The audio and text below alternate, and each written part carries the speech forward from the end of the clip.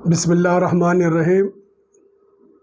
اللہم صلی علی سیدنا و شفیعنا و حبیبنا و مولانا محمد وعلی آلہ و اصحابہ و ازواجہ و ذریاتہ و اطرتہ و بارک وسلم و صلو علیہ۔ برادران اسلام، دختران ملت، السلام علیکم ورحمۃ اللہ وبرکاتہ۔ الحمدللہ، عقیدہ ختم نبوت کے سلسلے کا یہ 14واں درس ہے۔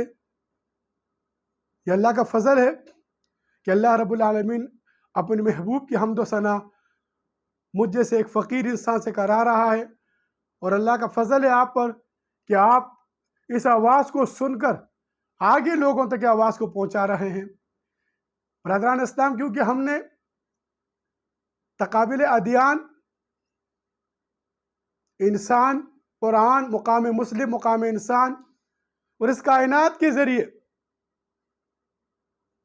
جس کی تخلیق اللہ رب العالمین نے اپنے نبی کے نور سے کی ہے، جس کی تخلیق کا اللہ کا ایک مقصد ہے، یہ چاند اور سورج کی گردش ہے، اس کا اللہ کا ایک مقصد ہے، یہ رات اور دن کی جو تنزل ہو رہی ہے اللہ کے اس میں ایک مقصد ہے، جو تلک الایام نداولها بین الناس ہو رہی ہے، رات دن جو انسانوں پہ گزر رہے ہیں، اس میں اللہ کا ایک مقصد ہے، جس کو قرآن نے ان تمام تر چیزوں کو اس کائنات کے اندر کھول کے رکھا ہوا ہے۔ اب اس آیات کو صرف پڑھنا ہے، اس کھلی ہوئی کتاب کو صرف پڑھنا ہے، زمانے کے عرفان کو صرف حاصل کرنا ہے، حالات زمانہ کے مناسبت سے قرآن کے کون سی صورت، کون سا قانون اس وقت لاگو ہے، کیونکہ آئین کے تحت اس کائنات کو بنایا گیا ہے۔ قرآن اس کائنات کا آئین ہے، کیٹلاگ ہے، تمام تر راز اور حکمتیں اللہ نے اس قرآن کے اندر، اس قرآن نے معجزہ ہے قرآن کا کہ جو قرآن میں ہے وہ کائنات میں ہے، جو کائنات میں ہے وہ انسان میں ہے۔ ان تینوں کتب کو اللہ والے فقیر جو ہیں وہ قرآن کی آیتوں کی دلائل سے کھول کے بیان کرتے ہیں۔ تو میری پیر و مرشد صاحبزادہ سید ضیاء الحسن قائم مقام امام الجہاد نے بیانات اور دلائل کے ساتھ اس قرآن کو، اس کائنات کو اور انسان سے عقیدہ ختم نبوت صلی اللہ علیہ وسلم کے سلسلے میں تقابل ادیان سے ہمیں سمجھایا۔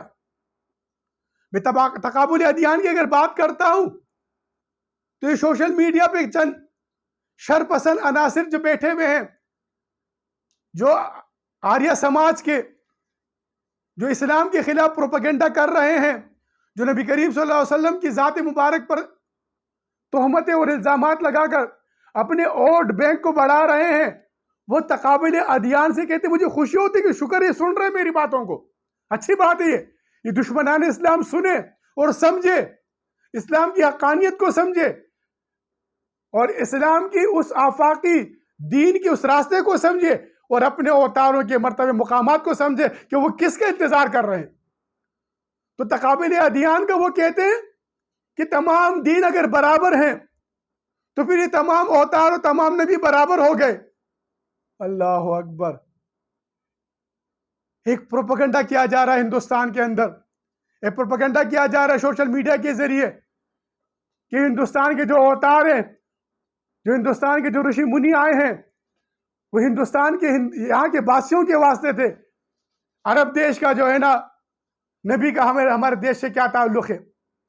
وہ اپنے اوتاروں کی جو ان کے جو اوتار آئے ہیں وہ اس کی جو ہے نا ثنا و صفت میں لگے ہوئے ہیں۔ میری درخواست ہے ان سے، آپ بے شک رام کو منوائیں، لیکن یہ دیکھیں رام نے کس کو منوایا ہے۔ دیکھیں سازشیں، یاجوج و ماجوج کی دجالی سازشیں عالم اسلام کو گھیرے میں لیے ہوئے، لیکن عنکبوت کی طرح۔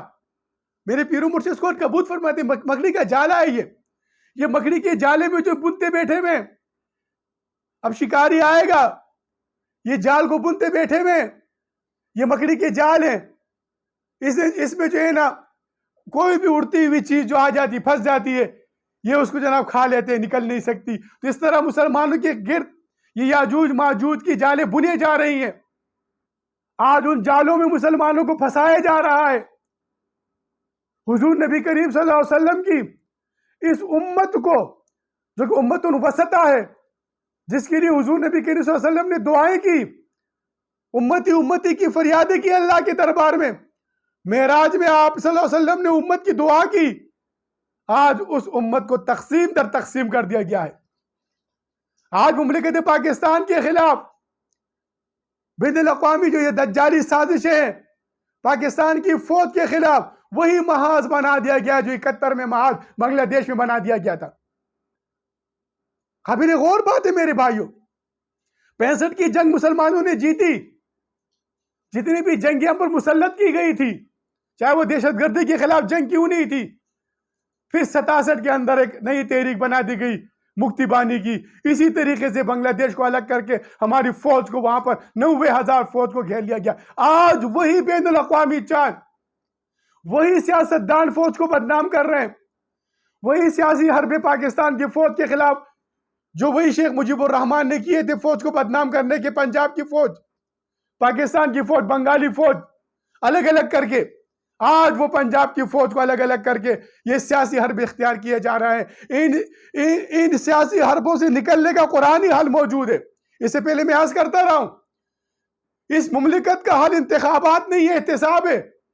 ایک مرتبہ احتساب ہو جائے، مملکت کی کلیزنگ ہو جائے، صاف ہو جائے، یہ سازشیں ختم ہو جائے، یہ جو بین الاقوامی سازشیں رچائی جا رہی ہیں پاکستان کے فوج کے خلاف، ایک مرتبہ پھر پختون و پاکستان کو ایک دوسرے کے خلاف لڑانے کے لیے سازشیں کی جا رہی ہے، چاہے وہ بلوچ ہو، چاہے وہ پختون ہو، یہ تمام تر علاقہ خراسان ہے۔ اس کا انتخاب حضور نبی صلی اللہ علیہ وسلم نے کیا ہے۔ ان قوموں نے اٹھ کر امام مہدی علیہ السلام کے لشکر کے سپاہی بننا ہے۔ یہ پاکستان کی فوج اور یہ پختون، یہ قبائل جتنے بھی ہیں، یہ تمام تر پاکستان امام مہدی علیہ السلام کے لشکر کی سپاہی ہیں۔ آج جو ہے امریکہ جیسے سازشی طاقت ہے، وہ کہہ کے بلوچستان کے علیحدگی کی تحریکوں کو ہوا دے رہے ہیں۔ آج وہ سازشیں ہو رہی ہیں، حضور نبی کریم صلی اللہ علیہ وسلم کی عصمت کے خلاف سازشیں ہو رہی ہیں۔ آج حضور کے نام کے خلاف آواز کر کے ووٹ پیدا کیے جا رہے ہیں ہندوستان کے اندر، اسرائیل کے اندر، یورپ کے اندر، یہ درندگی ہو رہی ہے، اور ہم یہاں پر حضور کے نام پہ جو ہے نا سیاست کر کے اپنے ووٹ بینک بڑھا رہے ہیں۔ یہ دجالی سیاستوں سے نکلنے کا وقت ہے، یہ فتنوں سے نکلنے کا وقت ہے۔ یاد رکھیے، یہ سازشیں شخصیت کے خلاف نہیں چل رہی، مملکت کے خلاف نہیں چل رہی، یہ حضور نبی کریم صلی اللہ علیہ وسلم کی نشات ثانیہ کی، غلب اسلام کے خلاف۔ فوبیا جو اسلام کا ہے وہ اسلام فوبیا نہیں ہے، غلب اسلام فوبیا ہے، یہ غلب اسلام فوبیا ہے۔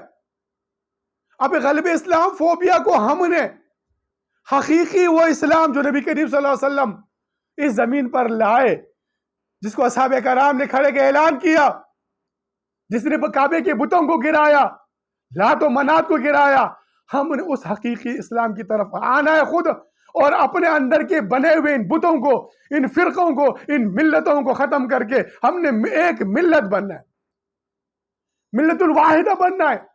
یہی حضور نبی کریم صلی اللہ علیہ وسلم کے عقیدہ ختم نبوت ہے۔ کوئی نبی دوسرا نہیں ہے، دوسری کوئی کتاب نہیں ہے، دوسری کوئی شریعت نہیں ہے، دوسرا کوئی قانون نہیں ہے۔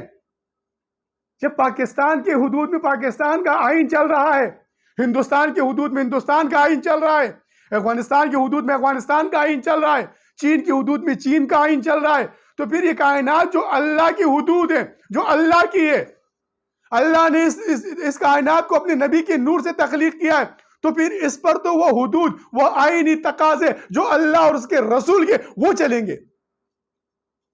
تو ہم جہاں پر جا رہے تھے اشہد ان لا الہ الا اللہ پر، شہادت ہے اللہ کی، اب شہادت کے بعد محمد مصطفیٰ صلی اللہ علیہ وسلم کی شہادت ہے، اشہد ان لا الہ الا اللہ کے بعد اشہد ان محمد رسول اللہ کہتے ہیں۔ اب اشہد ان محمد رسول اللہ کے بعد آپ کیا کرتے؟ برادر اسلام، اذان کو دیکھیے، میں نے عرض کیا نا، بچے کے کان میں اذان دی جاتی ہے، بچے کے کان میں اذان کیا دی جا رہی ہے؟ وہ بچہ جب اس کو شعور نہیں کسی چیز کا، اس کو پتہ نہیں کسی چیز کا، اس کو بتایا جا رہا ہے کہ تو کس گھر میں پیدا ہوا ہے، اس کے اندر وہ وعدے کو تکمیل پہنچایا جا رہا ہے، شہادت دی جا رہی ہے محمد مصطفیٰ صلی اللہ علیہ وسلم کی کہ تو نے بڑے ہو کر، تو نے کھڑے ہو کر، تو نے محمد مصطفیٰ کی شہادت دینی ہے، تو نے ایک جہاد کرنا ہے، تو نے تبلیغ کرنی ہے اللہ کی وحدانیت کو، ان کی کتب سے ظاہر کرنا ہے اور حضور نبی کریم صلی اللہ علیہ وسلم کے ختم نبوت کو اس زمین پر منوانا ہے. اس زمین کو آپ نے مسلح بنانا ہے. اسی لیے پھر اس کے بعد کہا جاتا ہے حی علی الصلاۃ. پھر آپ نماز کی طرف بلا رہے ہیں. آج زمین پہ فسق و فجار کا غلبہ ہے. آج زمین پر جو ہے نا وہ گو ماتا والوں کا غلبہ ہے. آج دجالی طاقتوں کا غلبہ ہے. آج شیطانی قوتوں کا غلبہ ہے. آج زمین پاک نہیں ناپاک ہو گئی ہے. اس زمین کو پاک کرنا ہے. اس زمین کو پاک کرنے کے لیے آپ اور ہم سب نے مل کر طریقہ نبی کریم صلی اللہ علیہ وسلم اصحاب کرام کے طریقے کو اپنانا ہوگا. ان فرقوں کو چھوڑنا ہوگا. ان تعصب سے نکلنا ہوگا. اس تکفیر سے نکلنا ہوگا. ایک دوسرے کو کافر کہنے کے اس سے نکلنا ہوگا. صبح شام سوشل میڈیا پر دیکھ رہا ہوتا ہوں, دل کو دکھ ہوتا ہے کہ صرف کفر کے فتوے ہیں اور کافر مسلمانوں کے خلاف, حضور نبی صلی اللہ علیہ وسلم کی شان رسالت کے خلاف کس طریقے سے گستاخیاں کر رہے ہیں. ہم ایک دوسرے کے خلاف دست و گریبان, فلانا کافر ہو گیا, فلانا قادیانی ہو گیا, فلانا منکر ہو گیا, فلانا یہ کیا ہو رہا ہے میرے بھائیوں؟ یہ باب الفتن میں آپ دیکھیں, یہ فتنے کا دور ہے. اس فتنے کے دور سے نکلنے کا طریقہ قرآن نے کیا بتایا؟ میں نے عرض کیا نا اس سے پہلے, تلک الایام نداولها بین الناس. یہ پوری حکمت ہے اس کے اندر. یہ اس حکمت قرآن کی وہ کون سے دن ہیں؟ تلک الایام, ان دنوں کو نداولها, دول کیا جائے گا, بار بار دہرایا جائے گا, بار بار لایا جائے گا, بین الناس, انسانوں میں. بین المسلمین نہیں ہے, بین المومنین نہیں ہے. قابل غور بات ہے میرے بھائیوں. یہی عرفان زمانہ ہے, اسی کو سمجھنا ہے. یہ عرفان اگر آپ میں سمجھا سکوں, اللہ میرے الفاظ کی وہ شیرینی عطا کرے, وہ وسعت عطا کرے, تاکہ میں آپ کو یہ سمجھا سکوں کہ یہ بین الناس کیا ہے, ان لوگوں میں کیا ہے. آپ نے دیکھنا ہے. آپ گھڑی کو دیکھ لیں, آپ گھڑی کو اگر رکھیں, اب رات کے اگر 12 بجتے ہیں تو وہ رات کا جو 12 بجے کا جو پہر ہوتا ہے, اس کی رات کی تمام تر نشانیاں ہوتی ہیں کہ یہ رات کے 12 بج رہے, 12 بجے لیکن رات ہے. اب رات کے 12 بجے کی نشانیاں جو ہیں وہ آپ کو آفاق میں بھی نظر آ رہی ہیں. سنوری فی آفاق, آپ کو نفس بھی نظر آ رہی ہے. آپ پہ نیند طاری ہو رہی ہے, آپ کو غنودگی ہو رہی ہے, آپ کی نفس بھی چاہ رہے ہیں آپ آرام کریں. یہ نشانیاں ہیں دن رات کی 12 بجے کی. اب دن کے 12 بجے کی آپ گھڑی کو دیکھیں, اس کی اپنی نشانیاں ہیں. اب ان نشانیوں کو دیکھنا ہے. آپ نے دن میں دیکھنا ہے کہ سورج نکلا ہوا ہے, ہاں بھی سورج نکلا ہوا ہے, اس کا مطلب دن کے 12 بجے. اب ان نشانیوں کو دیکھنا ہے. ان نشانیوں سے آپ نے زمانے کو پہچاننا ہے. ان نشانیوں سے آپ نے حضور نبی صلی اللہ علیہ وسلم کی ختم نبوت کو پہچاننا ہے. آپ اس کا عرفان حاصل کریں گے, اسلام کی نشات ثانیہ کے عرفان حاصل کریں گے, اور آپ دیکھیں گے کہ وہ مسلمان دوبارہ, وہ مسلمان جو قوت اور قدرت کے ساتھ نبی کریم صلی اللہ علیہ وسلم کی اس علم نبوی کو بلند کرتے ہوا حضرت امام مہدی علیہ السلام لشکر کے سپاہی بن کے عملی میدان میں کھڑے ہوگا. دنیا کی کوئی طاقت اس کا مقابلہ نہیں کر سکے. عرفان آپ نے کرنا ہے, پہچان آپ نے کرنی ہے. آپ شعور میں ہیں, آپ ہوش میں, آپ کو دکھ رہا ہے سب کچھ, تو ہم نے زمانے کا عرفان کرنا ہے. اب زمانہ کیا ہے؟ سرکار کبریاء نے فرمایا لا تسبوا الدہر علی الدہر, زمانے کو برا مت کو, زمانہ میں ہوں. یہ زمانہ کس کا ہے؟ یہ حضور کا زمانہ ہے. وہ اول بھی ہے, وہ آخر بھی ہے, وہ ظاہر بھی ہے, وہ باطن بھی ہے. وہی محمد مصطفیٰ جو ہے عرش معلیٰ پہ بھی ہوں گے, وہی عرش محمد مصطفیٰ جو ہوں گے وہ حوض کوثر پہ بھی ہوں گے, وہی عرش محمد مصطفیٰ جو ہوں گے آپ کو شفیع محشر رہیں گے, حوض کوثر پہ کوثر عطا کریں گے, قبر میں شفاعت کریں گے. تو میرے بھائیو, جب وہ اول ہے وہ آخر ہے, تو درمیان میں جو امت وسطیٰ ہے, امت وسطیٰ کس طرف جا رہی ہے؟ پھر یہ ہر زمانہ حضور کا ہے, ہر زمانہ میرے آقا دو جہاں محمد مصطفیٰ کا ہے. تو یہ دور تلک الایام ہے. اب ان دنوں کو دیکھنا ہوگا جن دنوں میں قرآن کی یہ آیت نازل ہوئی.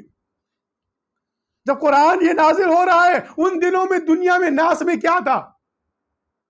ان دنوں میں اس ناس کی, اس کائنات کے اندر کیا تھی؟ دنیا 2 طاقتوں میں تقسیم تھی. ایک طرف ایران خدا کا منکر, ایک طرف روم تسلیس پرست سرمایہ دار عیسائی.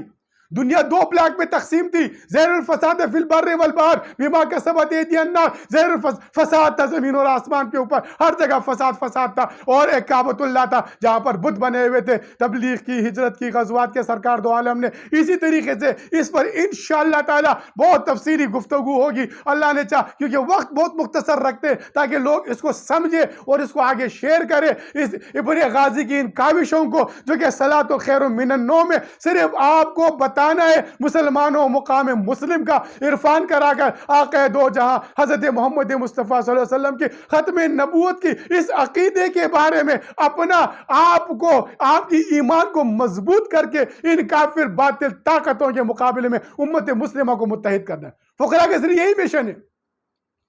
یہ جو سازشیں جتنی بھی ہو رہی ہیں دل دکھتا ہے ان کو دیکھ کر، جو تکفیر جتنی بھی ہو رہی ہے دل دکھتا ہے ان کو دیکھ کر، تحریکیں بنا دی جاتی ہیں، وہ زیادہ تر تحریکوں کا تعلق کس سے ہوتا ہے وہ انشاءاللہ اس پر تفصیلی بات کروں گا۔ لیکن آج بھی آپ سوشل میڈیا اٹھا کے دیکھیں، جو غیر مسلم لوگ علماء بن کے آتے ہیں، جو غیر مسلم لوگ یہاں پر آ کر جس طریقے سے ایک برطانیہ میں ایک جگہ ہے جہاں پر تربیت دی جاتی ہے ان لوگوں کو تاکہ وہ اسلام کے اندر آ کے فرقے پیدا کر کے تکفیر پیدا کرے، تو ان کا کام یہی ہوتا ہے مسلمانوں کو تقسیم در تقسیم کر دو تاکہ اسلام کی قوت کمزور ہو جائے، اسلام غالب نہ ہو سکے۔ تو ہم سب نے مل کر ان سازشی عناصر کی سرکوبی کرنی ہے، چاہے وہ کسی لبادے میں ہو، چاہے وہ کسی لبادے میں رہ رہے ہیں اس معاشرے کے اندر، ان کی سرکوبی کرنی۔ وہ لوگ جو ممبر و محراب پر بیٹھ کے فتنے اور فرقے پیدا کرتے ہیں ان کی ہم نے سرکوبی کرنی، امت مسلمہ کو متحد کرنے کا، حضور نبی کریم صلی اللہ علیہ وسلم کی ختم نبوت پر امت مسلمہ کو ایک کرنے کا فقراء کا یہ مشن ہے۔ اللہ اس مشن کو تکمیل تک پہنچانے میں ہماری مدد کرے۔ اللہ رب العالمین اس آواز کو امت کی آواز بنائے، اس فقیر کی اس آواز کو امت کے لیے رہنمائی کا ذریعہ بنائے۔ حضرت امام مہدی علیہ السلام کے لشکر کے سپاہی ادنا غلام بن کر، ادنا خادم بن کر اسلام کی خدمت کرتے ہوئے اپنی زندگی گزار دے، کیونکہ موت ایک دن آنی ہے، چاہے وہ شہادت کی موت ہو۔ یہاں پر جو حق کہا جاتا ہے، حق جو بھی کہتا ہے، سچ بات کرتا ہے، اس پر جناب اندھی گولی آ جاتی ہے، اندھی گولی سے اڑا دیا جاتا ہے۔ وہ شہید جو ہوتا ہے، یاد رکھیے میرے بھائیوں، جتنی بڑی بڑی مملکتیں برباد ہوئی ہیں، چاہے وہ مسلمانوں کی بڑی بڑی مملکتیں کیوں نہیں ٹوٹی ہیں، کسی ایک ولی کو ستانے کا نتیجہ نکلا ہے۔ اللہ والے کو ستانے کے نتیجے میں اللہ تعالیٰ ان کی، جو میں نے اس سے پہلے بھی کہا، حلقہ بندیوں کو اللہ تعالیٰ بدل کے رکھتا ہے۔ وہ قادر ہے، کن فیکون کا مالک ہے، حلقہ بندیوں کو بدلنے کو رکھتا ہے، وہ حلقہ بندیاں بدل دیتا ہے۔ اللہ رب العالمین ہم سے دین کی خدمت لے۔ یہ عقیدہ ختم نبوت صلی اللہ علیہ وسلم کا 14واں درس ہے۔ اللہ نے چاہا تو سلسلہ انشاءاللہ جاری رہے گا، ان سازشوں سے بھی آگاہی چلتی رہے گی، اور جو ہے یہ تلک الایام نداولها بین الناس پر مختصر وقت میں تھوڑا تھوڑا بیان چلتا رہے گا تاکہ حضور نبی کریم صلی اللہ علیہ وسلم کی یہ امت عرفان زمانہ حاصل کر زمانے کا عرفان حاصل کرے، اور حاصل کر کے کھڑے ہو کر ان باطل طاقتوں کے مقابلے میں ایک ہو سکے۔ وما علینا الا البلاغ المبین۔